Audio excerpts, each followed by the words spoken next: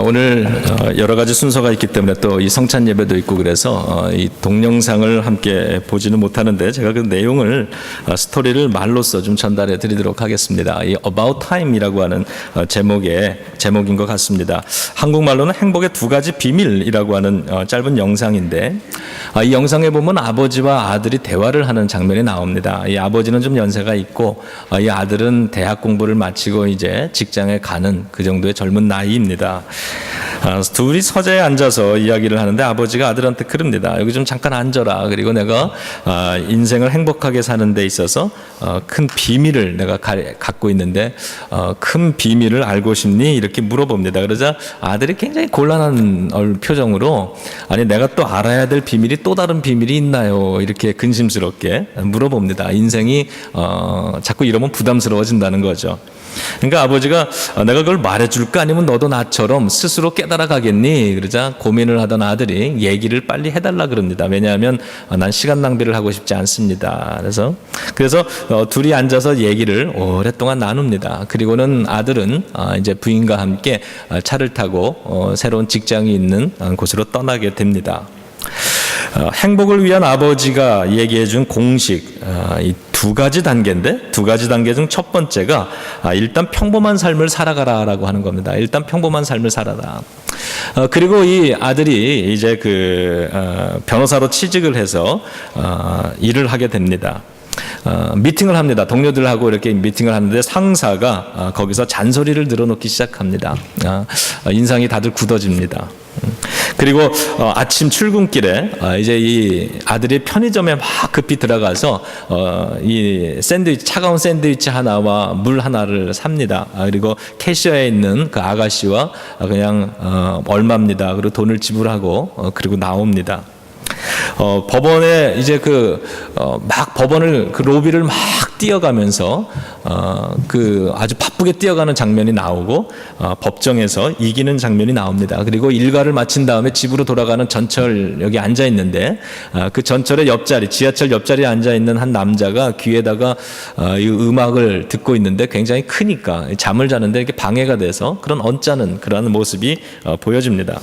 그리고 지친 몸으로 집에 들어와서 침대에 부부가 나란히 누웠습니다. 그리고 이 부인이 불을 끄면서 물어봅니다. 혹시 무슨 안 좋은 일이 있느냐? 그랬더니 없다. 그냥 피곤하고 지쳤다. 그래서 불을 끄고 자는 장면이 하나가 나옵니다. 그리고 아버지가 가르쳐준 두 번째 행복을 위한 공식, 그거는 거의 똑같은 하루를 살겠지만 그것을 새로운 시각으로 다시 살아라라고 하는 이야기였습니다. 그러면 처음에 긴장과 걱정되는 그래서 걱정 때문에 볼 수 없었던 세상의 아름다운 일상이 보이기 시작할 거다. 이게 아버지의 이야기입니다. 그리고 그 똑같은 일상이 다시 그 영상 속에 반복이 됩니다. 이 사무실에 직원들과 함께 둘러앉아 있는 미팅의 자리가 반복이 되는데 그 사이에서 앞에 장면에서 보여주지 않았던 볼 수 없었던 새로운 장면들이 나옵니다. 그것은 동료들과 서로 그걸 격려하고 도와주는 그러한 모습이고요. 그리고 편의점에 들려서 샌드위치를 사고 나오는데 그냥 돈만 지불하고 나오는 첫 번째 장면과는 달리 그 직원과 친절한 인사를 나눕니다. 오늘 잘 지내길 바란다. 수고가 많다. 그리고 좋은 하루 되라. 이런 인사를 밝게 하면서 다시 나오는 장면입니다. 법원 이 로비를 막 뛰어가면서 이번에는 주변을 굉장히 이렇게 멋있는 그 로비인데 이렇게 둘러보면서 야 여기 되게 아름답지 않냐? 저 조각이 참 멋있지 않냐? 이런 이야기를 나눕니다. 법원에서 이겼을 때 그냥 이렇게 서류를 싸들고 그냥 나오던 첫 번째 장면과는 다르게 서로 축하해주고 장난을 치고 이런 장면들이 나옵니다. 그리고 전철역에 타고 가면서 옆 사람이 시끄러운 음악을 들었는데 첫 번째 장면에서는 그게 좀 짜증스러운 표정이었지만 두 번째 장면에서는 그 음악을 같이 즐기면서 이렇게 어깨춤을 추고 또 이게 악기를 이렇게 연주하는 것 같은 그러한 몸짓을 하면서 그 순간을 즐기는 그런 장면이 나옵니다. 다시 이제 마지막 장면에 부부가 같이 이제 침대에 누웠는데 부인이 오늘 어땠느냐? 그리고 그랬더니 이야기를 하는 장면이 나옵니다. 오늘 아주 최악이었어. 오늘 직장에서 해고를 당했고 돌아오는 길에 사람 하나를 쳐서 죽였어. 이런 농담을 하고 둘이 너 참 힘들었겠구나 이러면서 그런 장면으로 끝나는 아주 짧은 영상을 봤습니다. 제가 이 영상을 보면서 그렇지 저런 것이 우리들의 일상이지 평범한 똑같이 반복되는 일상이지만 그러나 그 일상 속에서 새로움을 발견할 수 있다는 겁니다.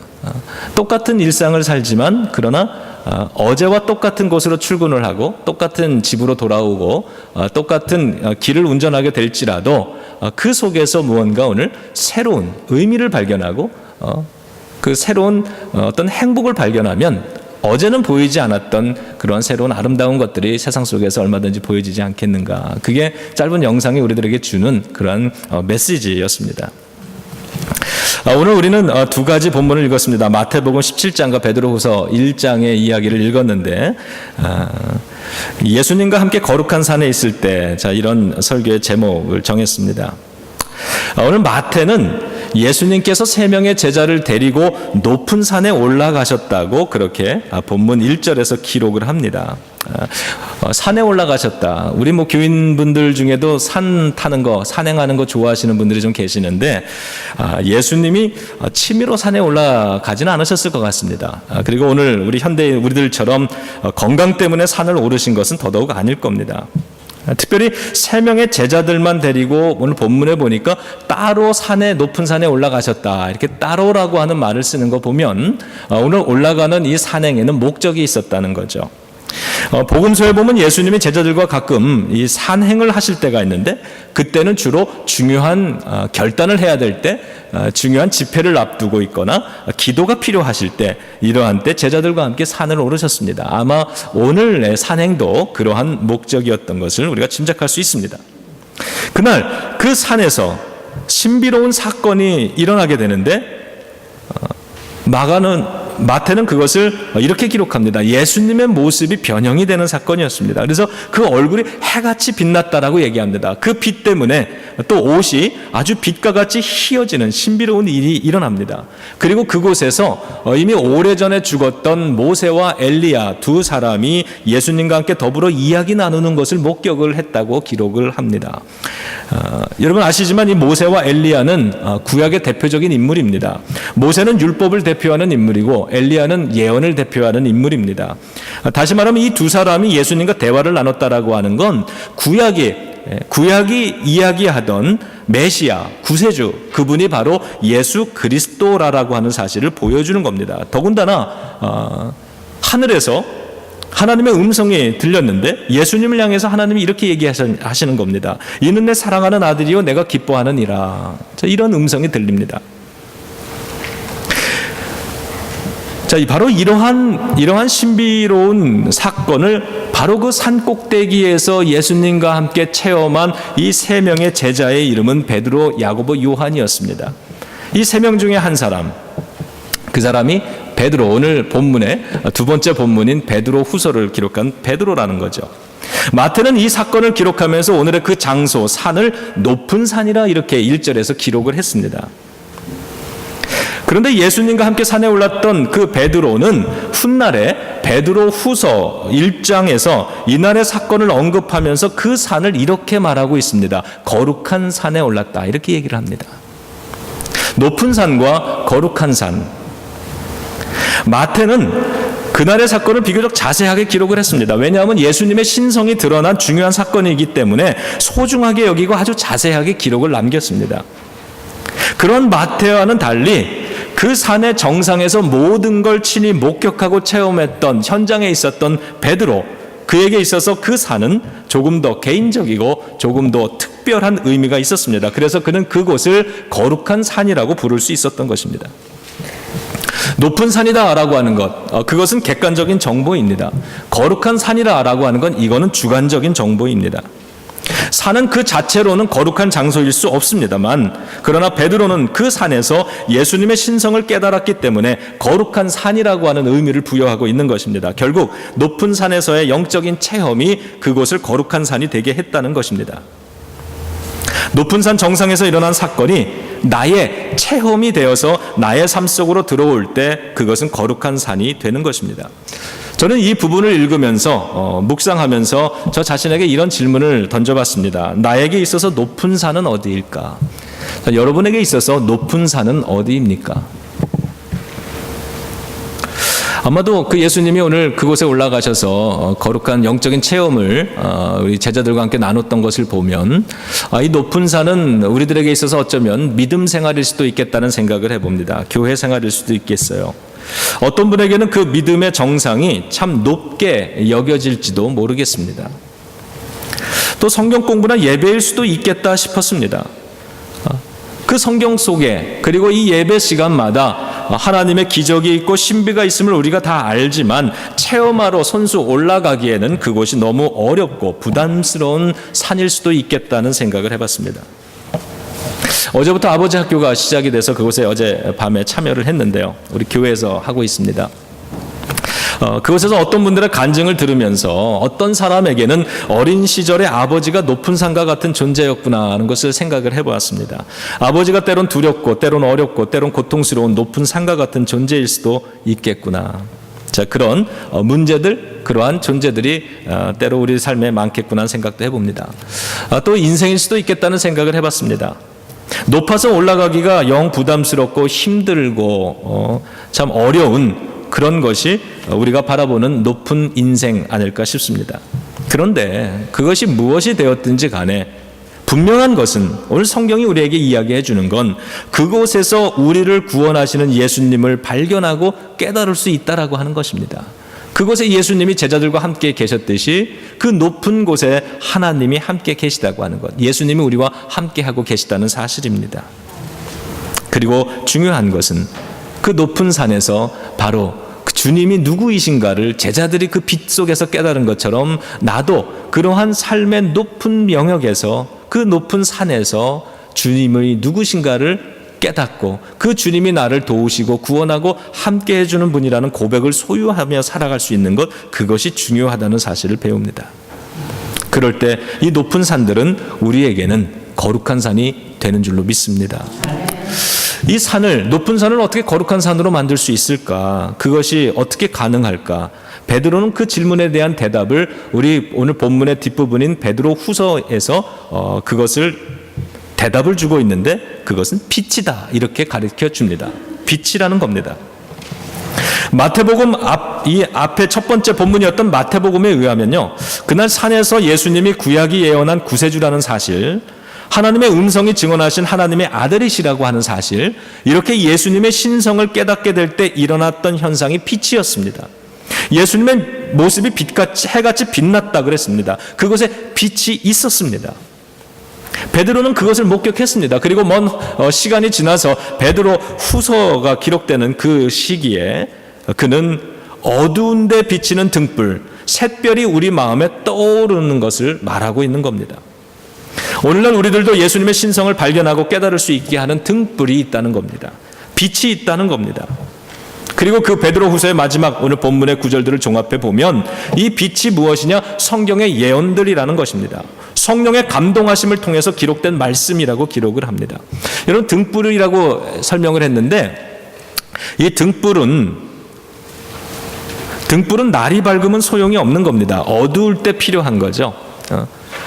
이 등불이 예언이라고 이야기를 하는데 그 예언이라고 하는 건 아직 낮이 밝아오지 않은 주님의 임재, 주님의 다시 임재하시는, 재림하시는 그 빛의 세상이 오기 전에 예언되는 것, 그것이 바로 등불입니다.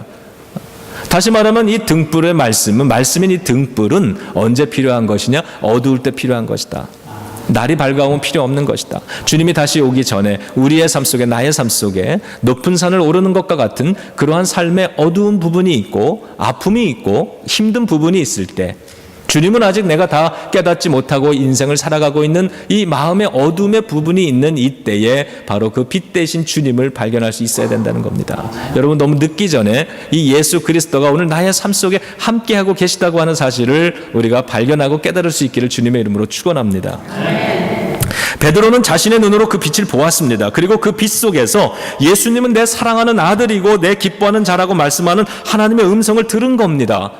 다시 말하면 그 빛을 통해서 예수 그리스도, 내가 알던 예수 그리스도가 누구인가를 알게 되는 것입니다. 중요한 건 예수님을 윤리 선생이나 종교 지도자가 아니라 하나님의 아들로서, 우리를 구원하시는 자로서 그것에서 새롭게 깨달았다라고 하는 거죠. 그것이 바로 빛이라고 하는 겁니다. 이제는 심령에서 그 빛을 밝혀주시는 성령님의 도움으로 성경 말씀을 통해서 우리는 예수님의 구세주이시고 하나님의 아들 되시고 하나님이 기뻐하시는 분임을 깨닫게 됩니다. 요한복음에서 바로 이 부분을 예수님이 직접 증언하신 것을 기록하고 있는데요. 예수님은 이 성령을 또 다른 보혜사라고 말씀하시면서 진리의 영이라고 말씀을 하셨습니다. 예수님이 진리의 영이라고 부르셨어요. 그리고 내가 성령을 너희에게 보낼 텐데 그분이 너희를 가르치시고 깨닫게 하고 생각나게 할 것이라 그랬습니다. 성령님께서 진리의 빛으로서 우리 속에 오셔서 이 성경의 말씀을 가르쳐 주시고 그 성경을 읽을 때 우리가 깨달을 수 있도록 해 주신다는 겁니다. 그리고 그 진리를 발견할 뿐만이 아니라 그 진리를 실천하면서 소유하면서 살아갈 수 있도록 우리를 격려하시고 힘과 용기가 되어 주신다고 말씀해 주십니다. 바로 그것이 빛입니다. 오늘 성경에 보면 마태복음에 보면 그 산에 올라갔다고 1절에 기록을 하고 9절에 보면 저희가 산에서 다시 내려왔다라고 얘기를 합니다. 그 높은 산에 올라갔고 다시 내려옵니다. 그 산에서 내려올 때 예수님이 말씀하시길 내가 죽은 자 가운데서 살아나기 전에 본 것을 아무에게도 이르지 말아라 제자들에게 당부 명령하십니다. 자, 내가 죽은 자 가운데서 살아나기 전에는 오늘 본 거를 말하지 말아라. 죽은 자 가운데서 살아난다는 건 뭡니까? 앞으로 장차 예수님이 십자가 위에서 우리의 모든 죄를 사하시고 죽으신 다음에 사흘 만에 부활하셨을 때 그 부활의 사건 이전까지는 이러한 사실을 말하지 말라고 얘기하신 건데 이걸 바꾸어서 우리가 이해를 해보면 예수님이 우리를 위해서 십자가 위에 달려 우리의 모든 죄를 사하여서 우리를 구원해 주시고 죽으신 다음에 사흘에 부활하시고 나면 이 이야기를 전하라 이거죠. 전하라. 오늘 우리들이 사는 시대는 어떤 시대입니까? 부활 이후의 시대입니다. 예수님이 십자가에서 죽으시고 다시 부활하신 이후에는 산 위에서 일어났던 일, 즉 예수님이 누구이신가? 예수님이 하나님의 사랑하시는 사람이고 하나님이 기뻐하시는 그런 하나님의 아들이시라고 하는 사실, 그리고 구약이 예언한 그 메시아라고 하는 구세주라고 하는 그 사실이 모두에게 공개된 그 시대를 우리가 살고 있는 겁니다. 우리는 2000년 전에 예수님이 올라갔던 그 산을 베드로처럼 예수님과 같이 걸어 올라갈 수는 없는 시대를 살고 있습니다. 베드로는 성령님께서 우리의 내면에 밝은 진리의 빛으로 깨닫게 해주신다. 예수님을 깨닫게 해주신다고도 했습니다. 이게 무슨 말입니까? 오늘 우리는 베드로처럼 그 산에 올라가지는 못하지만 예수님이 누구신가를 깨달을 수 있는, 예수님을 만날 수 있는 빛을 성령님께서 우리의 내면의 빛으로 성경을 통해서 우리들에게 가르쳐 주신다는 것입니다. 우리의 삶의 자리에서 예수님이 하나님의 아들이시고 우리 안에 이루시는 구원의 놀라운 역사를 우리의 삶의 현장에서 깨닫게 해주신다는 것입니다. 다시 말하면 저와 여러분들 우리들의 가정이 이제는 거룩한 산이 될 수 있다는 것입니다. 우리의 삶의 현장이 거룩한 산이 되어야 한다는 것입니다. 그러므로 베드로가 예수님과 함께 거룩한 산에 있었던 것처럼 우리들도 예수님과 함께 삶의 현장에서 마치 거룩한 산에 서 있는 것처럼 주님을 알고 주님을 믿고 주님을 고백하고 그분의 영향력과 그분의 구원의 은총 안에서 살아갈 수 있는 것입니다. 여러분 우리들의 일상은 아마 변하지 않을 것입니다. 큰일이 있기 전에는 오늘도 이 예배를 마치고 돌아가면 내일부터 우리는 또다시 똑같은 일주일의 삶을 반복할 것입니다. 어쩌면 그 생활에 이 반복되는 일상생활 속에서 우리들에게 그 높은 산, 믿음 생활이라든가 예배 생활이라든가 성경을 배운다는 것이라든가 기도를 하신다든가 이러한 모든 것들이 마치 바라보기도 힘들고 올라가기도 어려운 높은 산같이 여겨진다 할지라도 그것이 혹 여러분들 속에 어떤 삶의 문제일 수 있고 장애물일 수도 있고 무엇이 되었든지 그 높게 여겨지는 그러한 장소, 그래서 그곳에 참 올라가기가 부담스럽고 어려워서 아직까지 올라가 보지 못한 곳이라 할지라도 이번 한 주간도 성령님께서 우리 안에 빛으로 역사해 주시면 우리가 능히 그곳으로 올라갈 수 있다는 것입니다. 그 산을 능히 거룩한 산이라고 우리의 고백으로 오늘을 새롭게 해석할 수 있다는 것입니다. 여러분 우리는 높은 산에서 살아가는지 모르겠습니다. 그러나 오늘 성경은 성령님의 도우심으로 그 높은 산을 거룩한 산으로 바꿀 수 있다는 것입니다. 여러분의 인생이 높은 산이라고 여겨지신다면 그것을 체험이 있는 거룩한 산으로 우리는 바꿀 수 있는 겁니다. 우리의 가정을 그와 같이 거룩한 산으로 바꿀 수 있는 것이고 우리의 일터를 거룩한 산으로 바꿀 수 있는 것입니다. 오늘도 일상생활이 바뀌지 않는다고 우리가 한숨 짓고 그럴 필요가 없는 거죠. 만일 오늘의 삶을 변화시키고 싶다면, 그러나 어쩌면 우리의 삶은 크게 변하지 않을지 모르겠습니다. 그리고 생각해 보면 우리의 루틴, 이 생활에 반복되는 일상생활이 변하지 않는 게 사실은 복이라는 생각이 듭니다. 내일도 내가 일할 수 있는 일터가 있다는 것, 이건 복입니다. 내일도 그 일터까지 힘들지만 무거운 피곤한 몸을 이끌고 운전하고 가야 된다는 것, 그 건강이 내일도 있다라고 하는 것, 이거는 축복일 것입니다. 일상이 깨어지지 않는 것, 변하지 않는 것, 그 축복이 이번 한 주간도 우리에게 있기를 주님의 이름으로 축원합니다. 그러나 그 삶이 높은 산같이 여겨진다면 오늘 성경의 말씀을 마음속에 우리가 담고 그 높은 산을 거룩한 산으로, 새로운 산으로, 새로운 의미가 있고, 주님이 그곳에서 내가 주님을 만났다, 주님이 나를 구세주시다, 나를 도우신다, 나를 용서하신다, 나를 구원하셨고 새롭게 하신다고 하는 그 산에서 만났던 거룩한 체험이 우리의 일상생활 속에서도 가능하다라고 하는 것. 그러면 우리가 다음 주 이곳에 찾아올 때는 내 인생이 높은 산이 아니라 거룩한 산이었다라고 하는 새로운 고백을 가지고 이 자리에 예배로 올 수 있다라고 하는 것. 오늘 그것을 우리가 한번 꿈꿔보는 겁니다. 이 말씀 앞에, 우리의 눈앞에는요, 두 가지가 있는 것 같아요. 현실이 있고 오늘 성경의 말씀이 놓여져 있습니다. 현실을 통해서 성경을 보기도 하고요, 성경을 통해서 현실을 보기도 합니다. 중요한 것은 성경을 통하여 보는 것이 중요하다는 겁니다. 여러분, 오늘 성찬의 날인데 이 성찬도 그렇습니다. 어쩌면 이 성찬에 나와서 무릎 꿇고 성찬을 받는 것이 내가 영 부담스럽고, 이 성찬을 받는 것이 높은 산을 바라보는 것처럼 어쩌면은 예수님을 느끼기에는, 이곳에서 이 성찬을 받아 먹고 마시면서 내 삶 속에 이러한 영적인 체험을 하는 것이 참 힘들게 느껴졌다 할지라도 오늘 이 예배의 이 성찬의 자리가 특별한 자리가 되기를 주님의 이름으로 축복합니다. 성령님이 도와주시면 오늘 이 빵 하나를 먹지만, 그러나 이것이 주님이 지금도 살아서 그 산 위에서 베드로들과 그 제자들과 함께 해주셨던 것처럼 나와 함께 해주시는 예수 그리스도, 이곳에 나와 함께 하셔서 나를 도우시고 그분이 하나님의 아들로서 나의 삶을 새롭게 하시는 그러한 내 곁에 있는 예수 그리스도로 우리가 깨닫고 발견할 수 있도록 성령님이 역사해 주실 것입니다. 그러면 이 성찬의 자리가 부담스러운 높은 산이 아니라 나에게 거룩한 체험의 자리로 나머지 평생을 고백하며 살아가는 귀한 축복의 자리가 될 줄로 믿습니다. 여러분, 이 성찬을 여러분을 초대합니다. 여러분, 오늘 이 성찬이 하나님의 은혜가 있고, 이 성찬을 받을 때 내 속에 새로운 기쁨과 새로운 용기와 내 속에 있었던 어두움들이 떠나가고 삶에 대한 희망과 용기, 그리고 하나님께서 나를 새롭게 하시고 나를 이끌어 가신다고 하는 새로운 희망과 소망, 이러한 것들이 회복되는 자리가 될 줄로 믿습니다. 우리 속에 육신의 영혼의 질병만이 아니라 육신 속에 질병이 있다 할지라도 살아 역사하시는 오늘 이 자리, 하나님의 아들이시고 하나님의 기뻐하시는 그 예수 그리스도를 통해서 우리가 이 성찬을 받다가 육신의 아픈 질병도 치유받게 될 줄로 믿습니다.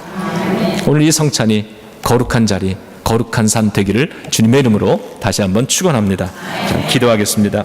하나님, 감사합니다. 우리의 삶의 일상이 변하지 않겠지만, 그러나 그 속에서 아버지 하나님, 높은 산이 거룩한 산으로 고백되어지는 변화의 역사가 가능함을 믿습니다. 주님, 오늘 그 변화가 이 성찬의 자리에서부터 시작되기를 원합니다. 이 예배의 자리에서 이루어지기를 원합니다. 아버지 하나님, 이 예배의 자리, 이 강단은 그냥 있는 높은 산이 아니라 이곳은 나에게 있어서 주님을 만나는 그러한 의미 있는 거룩한 제단이라고 하는 고백이 우리 모든 성도들의 삶 속에서 고백되어질 수 있기를 축원합니다. 아버지 하나님, 도와주시옵소서. 아버지, 감사합니다. 예수님의 이름으로 기도드립니다. 아멘.